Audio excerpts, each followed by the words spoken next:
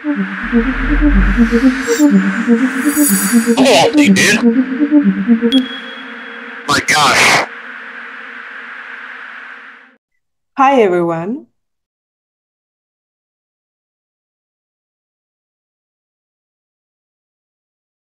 We are pleased to welcome our friend, Walter Beltrami and Massimo Frera from UAP Education to our channel, UAP Check.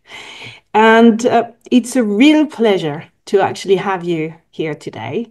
And I think we've met. The first time we've met, it was at the ECHO event in 2023 at the Sorbonne in Paris. And that's how I found out about UAP Education. And you actually offered me this T-shirt when we met, if I remember well. Yes. And it's a real pleasure to have you. And also, since we have first met, we never stopped keeping in touch. But I can remember that it was at that time that you were telling me about a big project that you had, and you were working on that project. It was a secret project, and now that's why we're here today. But first of all, I'd love to introduce you to the audience. So I'm just going to give a quick biography of each one. So Massimo Frera. Massimo holds degrees in foreign languages and literatures and studied cultural anthropology in Padua and Milan. He conducted field studies in Peru and Brazil, focusing on altered states of consciousness and indigenous Andean religions. As a journalist, communicator, and tour guide, he founded the blog Archeomund that you can actually find on the UAP Education website. And you'll find the address, but I can also put it on after if you want me to. In the 90s, he was the coordinator of the Brescia branch of CUNE, which is the Italian National Ufology Center, where he conducted about 20 field investigations and hosted several UAP conferences in Italy. And our second guest is Walter Beltrami, Walter is a musician, composer, and educator with a lifelong passion for science, humanities, and art. He holds a degree in foreign languages and literature, a bit like Massimo, actually, focusing on linguistic and social communication, as well as a dual major in music performance, an education, and a master's in composing for audio visuals. With over 20 years of international experience. He regularly teaches jazz guitar. I'd love to know how to play guitar. Harmony and composition and conservatory and universities. Well, have I forget anything? No. Okay. There's a lot, so thanks. So first, I would love you to tell the audience about what sparked your interest in the UAP topics, and also what led you to collaborate together for UAP Education, and what's the reason behind it, and the motivation, I would say, best. And also that brings you to the UFO Disclosure Game. So I don't know who wants to... Okay, thank you, Sarah. I thought by myself, I started to get introduced to the UFO theme when I was almost 20 years old. I was 20 years more or less, and someone gave me a little booklet about UFO, and I started to read about it, and I really got fond of it. Immediately, I wanted to know more and more, and the more I went on, the more I wanted to be involved in the real things. Therefore, I entered the CUN, the Centro Ufologico Nazionale, and I had the opportunity to become the coordinator of field researches. And as you said, during the 1996 UFO wave that took place in Brescia, where we both born, I had the opportunity to meet a lot of people who had sightings or experiences. And that period I was at the university, and we met at the university. That's why we have the same starting degree. Right, Walter. We met the first day of our university. We met and we started to become friends. But at the beginning, Walter challenged me a lot about the topic, right, Walter? I let you go on and then we'll go back to our reunion. Okay, so do you want me to add something, no?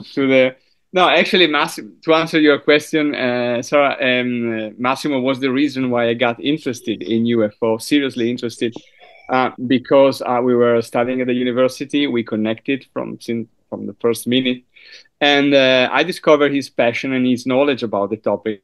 And at the time, of course, I was very attracted by the extraterrestrial hypothesis, but I was coming from a more traditional stand on the subject. You know, I was, at the television, on TV at that time in Italy. You know, there was a lot of scientists saying, "Well, that's not, they cannot UFOs, aliens cannot come here.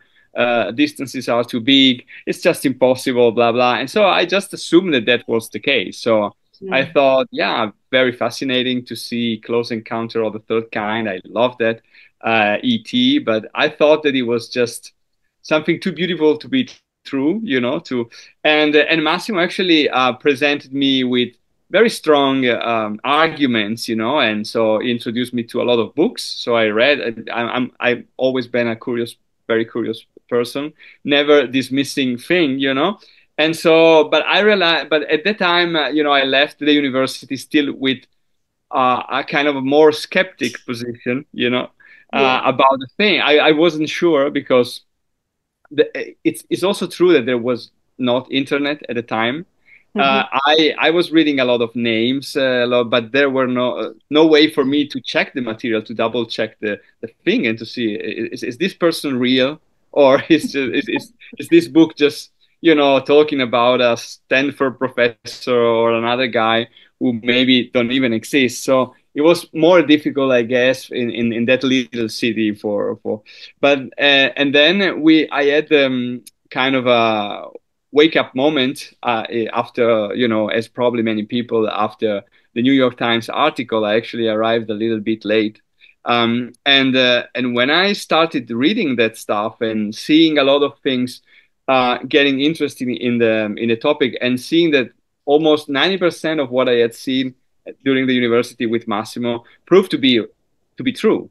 And so this was a very a deep ontological shock for me. And I say, okay, how I really was so wrong about it, And so this, not dismissing, but probably naive about the subject. So I really in this second part of our story, I was the guy who was obsessed with the with the topic, while Massimo and somehow had taken another path. So he had he parked his interest for long years, and then I just got back to him and say, I need to apologize for my naivete at the time of the university. Now I'm really into this. I discovered this and that, and so I actually brought him back in a very strong way.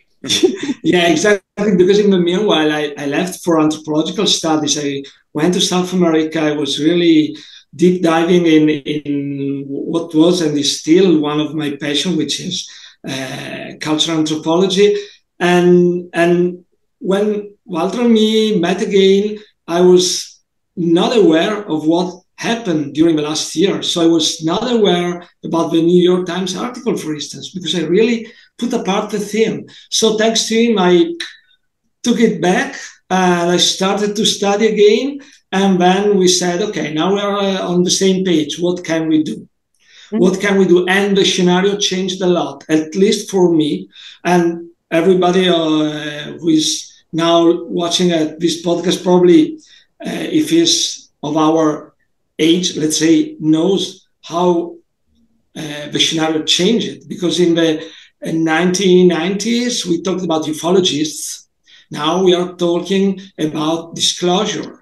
There are new layers on the table. There are not any longer just, let's say, chats or people assuming that they saw something and they knew something, but there are real documents. There are more and more people engaged in the topic. And in my opinion, this is any longer ufologist. I mean, ufologism is dead. Now we are in a new phase, the phase which need people to be aware of a layer of our reality which has always been there, but for some reason have never touched ourselves really. And so our question was, how could we support people not to have the same ontological shock that you had, Walter, for instance? That was the first question we put on the table. And we started thinking, and Walter already did something great. 101, Walter, to you. Oh, okay. Well, I actually thought since I was one of those guys, I mean, I must say, I don't want to say I was a skeptic because skeptic to me is a bad word. You know, it's actually considered a good position, you know, to be skeptic. But in life, I've never been skeptic to something I don't know. I've been always neutral. Very open, always. Yeah, exactly. Open, which means maybe if I'm not able to assess something or to establish, you know, like come to a conclusion, I will stay open. But you know, being skeptic to me is already a bias. You know, it's already because you don't think that something is real, so you are already you know, throwing your ideas into something, you know. And so I thought, okay, let's see all the questions I had, and since I had started to share this my new passion with a lot of friends, you know, I realized that they were repeating the same question over and over, starting from, you know, things like, oh, okay, if this is real, why is this happening only in the United States? You know, things that of course they are not real, you know, they are just based on ignorance and lack of knowledge, you know. Or why aren't there any, you know, good picture of UFOs? Man, there are tons. I mean, from the past. I mean, it's not true that they are all you know, shaky and grainy. There are no, because apparently even the Pentagon has a really good pictures of it. Exactly, or NASA exactly. as well, perhaps. Yeah, exactly. And then I also realized that people who didn't want to accept the reality and even consider the reality had a lot of very unlogical position. Like, for example, if a picture is blurry, so that means that the thing is not real. If the picture is very clear, okay, but that's a fake. So if there's a lot of double standard inside this, and so I thought, let's do a simple guide called like UFO UAP 101 and just present all these common questions that all my friends had and I also had in the past, and let's just provide a very logical and knowledge-based answer. So not trying to say to tell people what they have to think, but to say, okay, just know that it's not like you think. So go here and there, go to see the sources, go and investigate by yourself and form an informed opinion. It's more like sharing the information. Yeah, exactly. Yeah. That was the idea. Yeah, and therefore we understood that the new page was education, to help people enter the subject in the best way possible. And therefore UAP Education was born. We started with a website and with a podcast, Unmistakable Podcast. You know, we also interviewed you, for instance, and many other great people from all different branches to talk about the topic. And while doing that, we were thinking in our heads, how could we bring the topic to a new level according to our, of course, capabilities and skills. And Walter was a teacher for, I don't know how many years, Walter, 20 years. More than 20 years. So yeah. And of course, it's so something that you saw the education side, the teaching yeah. side, or perhaps the sharing side, the way of sharing the idea. Yeah, and also we realized for us, for example, the podcast was just a way to get to more people and to try to interview the you know the people we wanted to ask questions to, and but of course it was not necessarily our formats because we didn't really want at the beginning to create a podcast. That's also why we haven't kept doing like regular, even if we have more time, so we are planning to go back to it, but in a kind of in our own way. So our real goal was to to be to work on education. And so we really thought a lot how to do it, because without being, you know, prosaic and heavy, because that's not, you know, what we want to do. And why? And we were always talking with Massimo and ask ourselves, how would you approach a friendly night, you know, like with your friends, and how would you start talking about UFOs? Would you do it first, you know? Yeah, difficult topics to talk to. Exactly, talk because about, it could be a you know, a conversation killer, you know. So how do you do it, and what to expect? We saw any kind of reaction from people, of course, laughing, you know, just dismissing. So I think we all had this type of friend. exactly, yeah, exactly, deflecting, And or that- even yeah, exactly, or even you know, maybe some people also react in a bad way. It was something that they couldn't even consider, you know. And so we thought a lot. What would you do? And Massimo came out with this idea, with a brilliant idea, and he said, "Okay, why don't we?" Actually, he presented me a first draft, and I loved the idea, because I said, "Oh, a game about UFO, but not just a game, you know, about aliens, but a game about the history of UFOs that examine real cases." And I love the idea from the beginning. Oh, it's a brilliant idea. Genius idea. I love it. It's great. That's a perfect way to get inside, you know, the general public, for the general public to get interested in the case. Of course, for the ufology community, it's great as well. I love it. Yeah, yeah. And so I'm going to actually play with it with UFO, UAP Investigator comes to my home on the Nice, 17th of nice. May.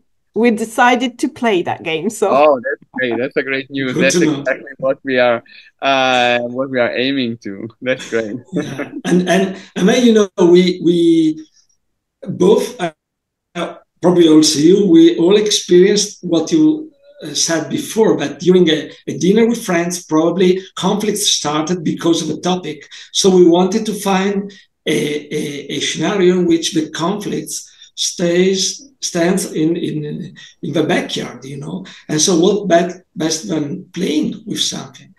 And so the idea is that, and also Louis Zondo in his great book said, okay, involve your family, involve your friends in this conversation. Okay, this is our answer to that call. Probably one of the best way to engage someone in a topic you love is to play with it. Okay. yeah, to engage conversation with each other, and we are not exactly in a friendly way. Actually, exactly, that's the idea. To sparks conversation, and you know, and it's a brilliant idea. Exactly. And the game looks when so we started. great. Yes, please Oh, keep on. No, you keep got on. it. Yeah. yeah, of course. But no. You got. When we started playing the first time, I played it with people not involved in the topic.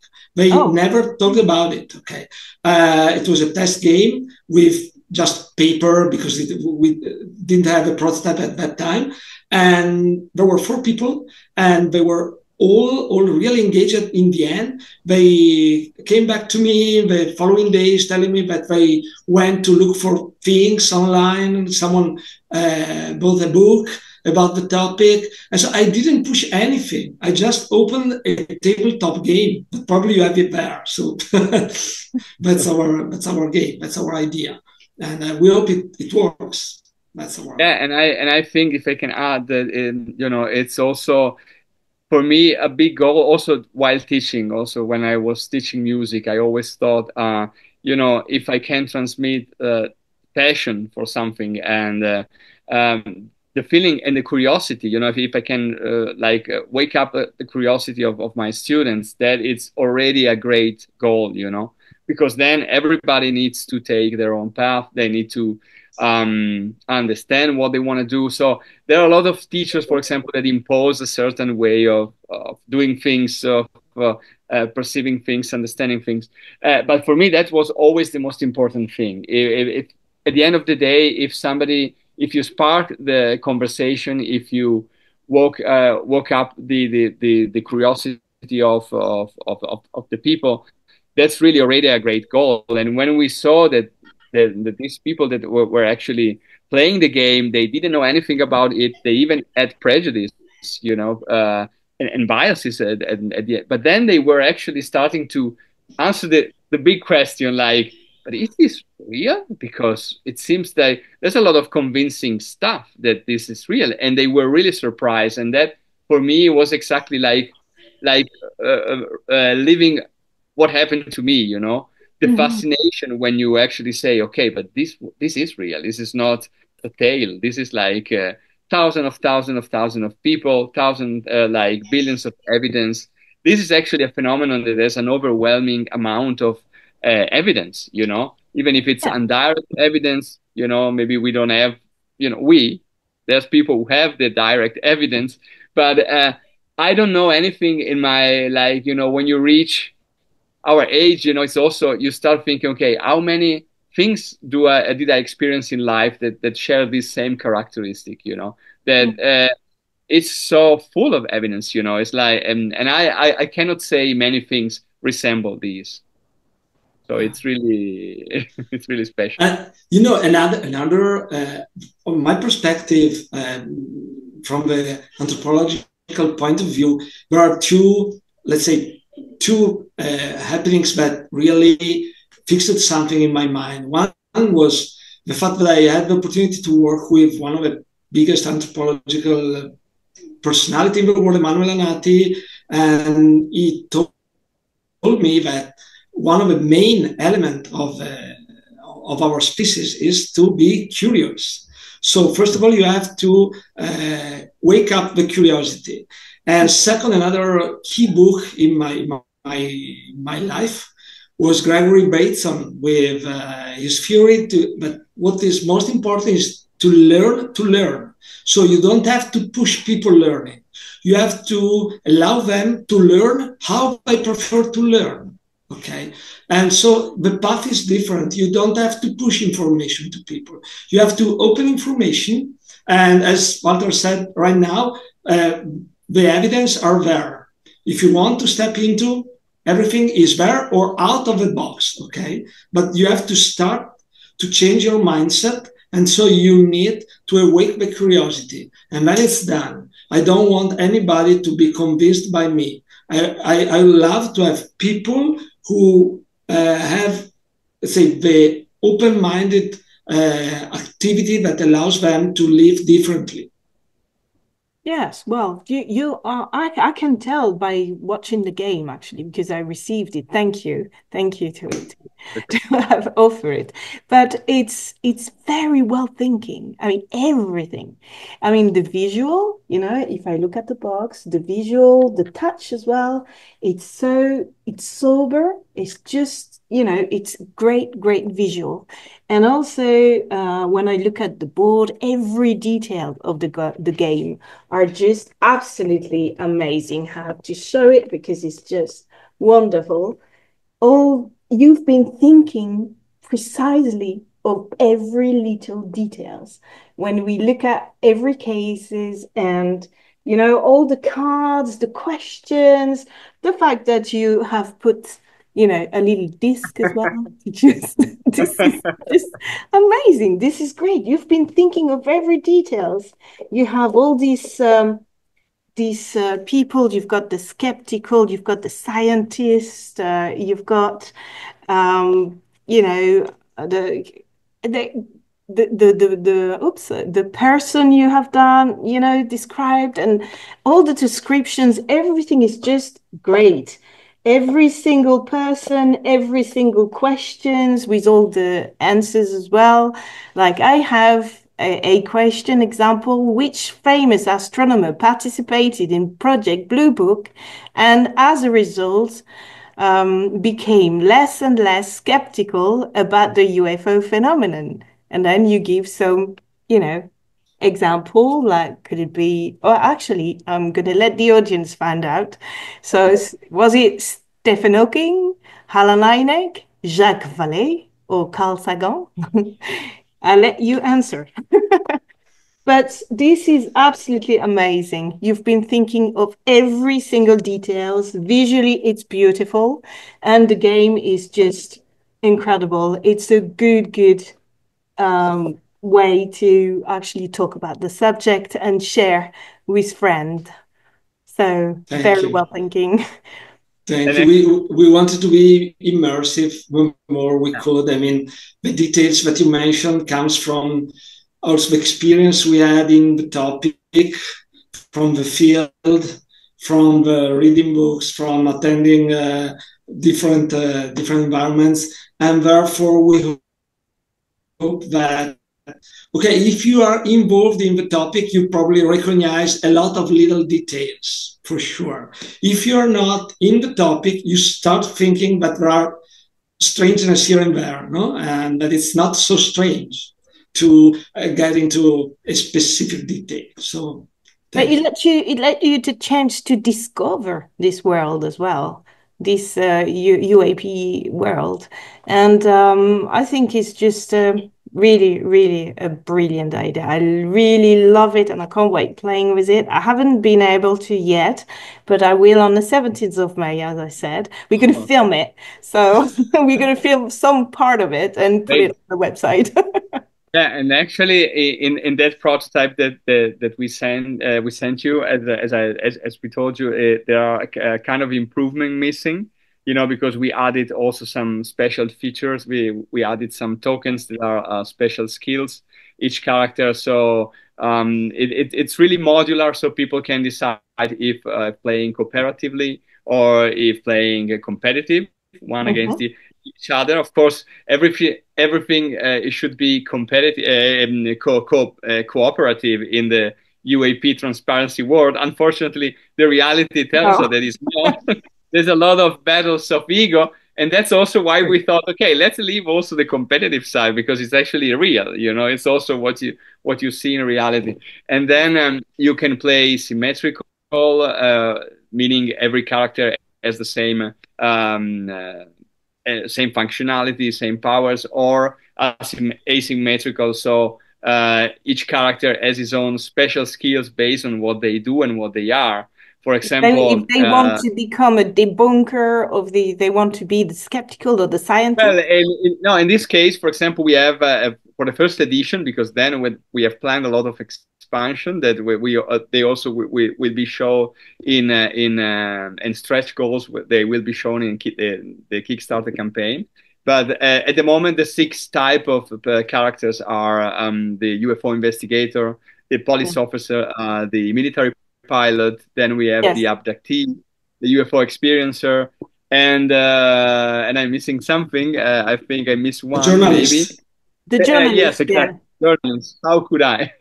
and so based on what they do, they have a lot of interesting powers. For example, the journalist is actually immune to skeptics and debunkers because he has sources. They have sources, or for example, the abductees or the experiencers also developed the ability of remote viewing, so they can see things that other cannot do. Can't see, yeah. Actually, very fun. Also, we thought about this for people who are not maybe interested in the topic, but they don't necessarily know the history. So we also added a new set of cards that are based on logic and not knowledge. So they need to investigate the case, and so a lot of things. I mean, the project really grew, and we are launching in a few days on May 13th. So we are very excited about that. Yeah, that's what I said. You've been thinking of every details. I mean, this is just amazing. It's what's great about it as well. And also it's from 2 to 6 players, if I'm right, and also from 14 years old to 99. But if you're 100 years old, then you can't play. You can. You can play. No, you can.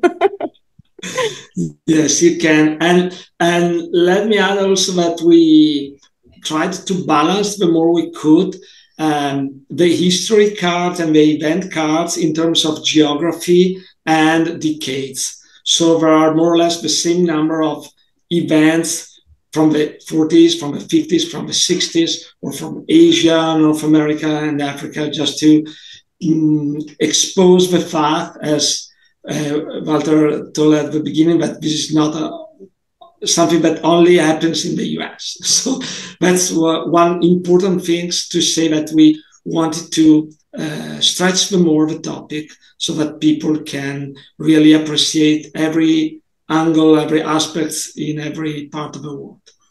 Yes, and I see that's the tokens, right? It Yeah. looks like little stars or little metal. Exactly. We thought of metamaterial, you know, something Yes, like yeah, from a that's it. UFOs. I thought so. I thought it looked like metal mache. I'm trying to open it and just show you at the camera. But yes, it looks like little shiny Yeah, little exactly, like aliens. material. Oh, do you know it wears a fortune, the real one? Maybe next edition. Oh, wow. I can't wait. The premium edition. So, as you said, it's going to come out on the 13th of May, but you can already pre-order it Yes, yes. on the website. I will put all the details on the on the video, and I can't, it's just amazing. That's all I can say, really. I mean, it's so beautiful. It's beautifully thinking. It's Thank well you. done. And And it's all, new because I'm not aware of any UFO game, board game like that. I don't know if well, there is any, but I actually, there are no UFOs. Well, there were one which that was a bit like kind of popular, but they are basically all like on UFO, like for example, alien attacks, alien invasions. It's more yeah. like battles, and so we really wanted to do a game about the disclosure. So the hero, you know, of the game wants to achieve disclosure, not to. They don't have to fight aliens. They don't have to, but they want the truth to be known by everyone. So And we you thought, have used, also have used, sorry, the real investigation case. Real cases, In the yeah. There real yeah, case. are yeah, yeah, of course, more than everything is based 100 on real real events. cases. Yeah, real events. There are more than 100 real events, and every single card and question relies on something that is part of a disclosure. So, and even the expansions that we prepared and that could be added to the base game, deep dive more and more with other 40 different cases. Each card expansion has 40 new events. So it's a way to really get involved if you Yeah, like. for example, and also divided by topic. We have an expansion Yeah. all dedicated to USO, and then we got an expansion dedicated to crashes and landings, and one about a close encounter. You know, so that also if people get excited, they really can decide how to play. So also there's a total replayability, and it's really a Did you, never ending. do you have an extension about NHI as well? Like if they are from another galaxy or if they are interdimensional or Well, ultra. exactly. At the moment, well, we have many planned. Of course, it depends how the campaign goes. So if Yeah. lots of people like the idea, you know, of course, we will make lots, and also we will make the extension that the expansion that people ask us to do. So it's also if the community say we would like, for example, this, you know, an expansion about NHI for us is Yeah. also In a fact, way to get really into that and to provide it for the community. So sure. Wow. Yeah. yeah. In fact, we It need the will be UAP. never stop game with lots of Well, extensions actually, and keep on. There's so eventually many it will. cases anyway. Yeah. Yeah, exactly. Eventually, it will turn in some in what it is. I mean, it's not necessarily a game. You know, it will turn into an all you know discovering entering this world. That's also why we wanted to make it very nicely, very appealing. You know, and also immersive. We also prepared a soundtrack that people can listen to while they play. Sounds effects. Oh, wow. A An soundtrack. Wow. an audiobook, for example, with all the characters telling their stories Oh, and telling nice. cases. Yeah, I mean, Okay. we are really, you know, because Kickstarter, the good thing about the Kickstarter campaign is that it's really articulated because it offers the backers the possibility of really getting everything related to a game that maybe they won't get in traditional shops. Maybe most games that are on Kickstarter, maybe they never end up in game shops. Hopefully it will, but not everyone. So it's also a place where people really like to collect every weird aspect of the related to the game. So it's very fun to prepare this stuff. Okay, Walter, I'm going to ask you first, which one is your favorite character In the game? Yes. Well, I must say that at the end, it's very difficult for me to choose one.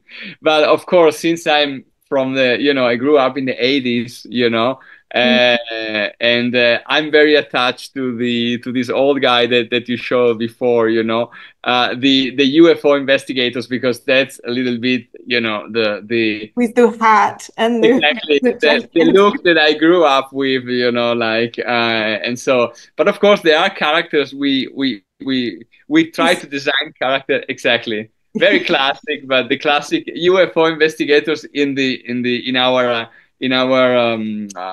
fantasies. They really looked like that at the Yeah. time, actually, in the Yeah. 80s. And so, Massimo, which one would be yours? You have to know that when I was a child, I really wanted to become a fighter pilot. Oh, wow. Therefore, You designed it. I got here Marcia Pereira dos Santos, okay, because she has a very intriguing story from Colares, or better, she was born near Colares, where something strange happened during her childhood. And so, well, all of fantasy, of course, but the character behind mixes my passion for fighter pilot and for the strangers that happen. Yeah, this is the male. To me, Marcia Pereira dos Santos, the female fighter pilot, is my favorite. That's the one you like. Okay, it's the female one. Yeah. Yeah. The female fighter pilot. Yeah, and Massimo was so great to designing this one. The history behind each character. And in the end, we had like 2 or 3 pages for each. And I said, Massimo, we can't put all this information on one single little dashboard. So we need to do something with it because, and that's why we decided to offer the audiobook, as a stretch goal. I mean, if we get to that amount that we can finance up to that amount, we will also offer that, because it's really, there's already a lot of material that needs to be printed and and read by actors. Yeah, I think I would go for the journalist, because I love the investigation and the journalist works. I really like that. I like doing that investigation. And actually, well, maybe I'm anticipating too much, but there's also one of the things the special things that we offer to backers of the game is also to customize their own characters, so they can send us a picture, and we will create a character pawn of themselves or a person they like, and so they can really be into. This is more. So how would they do that? They go on a website, or is there? They just order everything will be. They take a picture and they send it. No, actually, well, we don't have. We haven't an app doing that, of course, at the moment.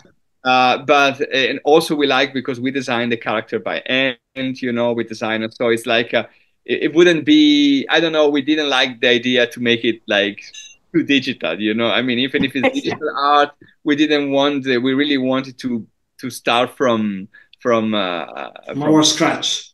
Exactly, and so they will send us the picture, and we will actually work on it, and then we will create a character for them. Yeah. Basically, Kickstarter works this way. The campaign starts May the 13th and ends June the 3rd. 3 weeks during which we need to get a certain amount to be funded. So if you want, this could be a call for a UAP UFO enthusiasts or interested people to support the disclosure in their way. During the campaign, which lasts 3 weeks from May 14th to June the 3rd, who wants to support the game or the disclosure through the game can go to Kickstarter. We'll share with you the link later. And you can basically back, which means choose one of the tier that we share with opportunity to have one game, one copy of the game, a couple of copies of the game, or the game plus a specific card expansion, or the game plus the character. As we said, of course, there are different pledges available.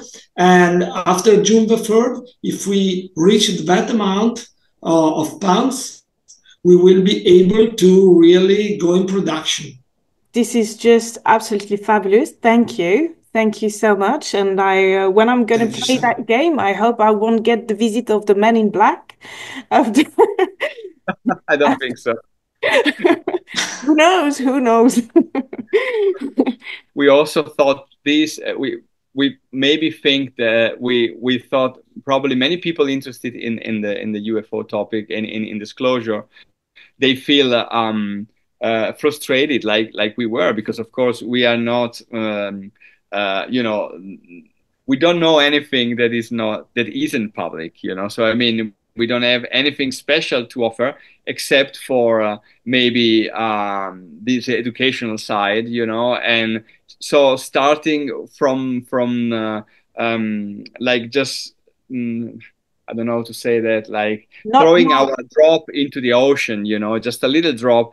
But I think that also many people interested in the UFO topic, they really don't know how to convert their interest into something, And I think that what Massimo said and what Elizondo said in the book really struck us, I think it's really a lot if we start to share with family and friends, There are many people, we are getting a lot of comments of people saying, oh, this is a great idea because I cannot even talk with my family. I cannot even talk with my friends. Exactly. And that's what actually makes us sad, because it's like we should be able to talk about important stuff with our family and friends in a non-confrontational way, or in a secure environment. And if the game idea can be a valuable mean also to fight for disclosure in a regular way, so with no special powers, with no special political advantages. Of course, the what's going on publicly about disclosure, what politics, journalists, and scientists can do is probably going to make the big difference. But if the public is not aware, it won't. So that's also what we really think, because look what's happening now. I mean, everything it's already said. I mean, what kind of, disclosure really already happened. I mean, it's a process, of course. It's a process. It's not a fact. But what can we know more than they actually are saying? So the thing is, if people are just not aware that this is a real phenomenon, they won't pay attention. So I think that also working from inside and just say, okay, let people know about it. Let people get interest into to this. So I think that's also a good way to fight a good fight, no? Yes, absolutely. Absolutely right. And it's very useful, and it's a necessity, I guess, as well, because we need to talk more and more about the subjects, because we are getting into the quantum physics now knowledge. So therefore, I think, we might get to see more and more mysterious sighting in the sky. And I think that's why Louis' book is also imminent. The title of his book is imminent, because it's perhaps one of the reasons, because we just getting into a new era of science. So therefore, it's really useful to prepare every people about that, and also it's important to create the trust with the UAP topics on UAP community as well, because they've been so many times, discredited and everything. So now we need to create distrust with through the UAP community, but also our institution, and also, and the game. It's just one of the best way to create distrust and this talk and communicating about the topics, and it's absolutely a great idea. Very much. Thank you very much for having us. Thank you, Sarah. Yeah, well, thanks to you. It was absolutely fantastic to have you both on our channel. And I hope your game sells well, but I'm sure it will, because, it deserves it. It's really, really good quality, and it's fantastic. I can't wait to play with it, as I said. And well, thank you so much. Thank you very much. Thank you all. Thank you for watching UAP Check channel, and talk to you soon.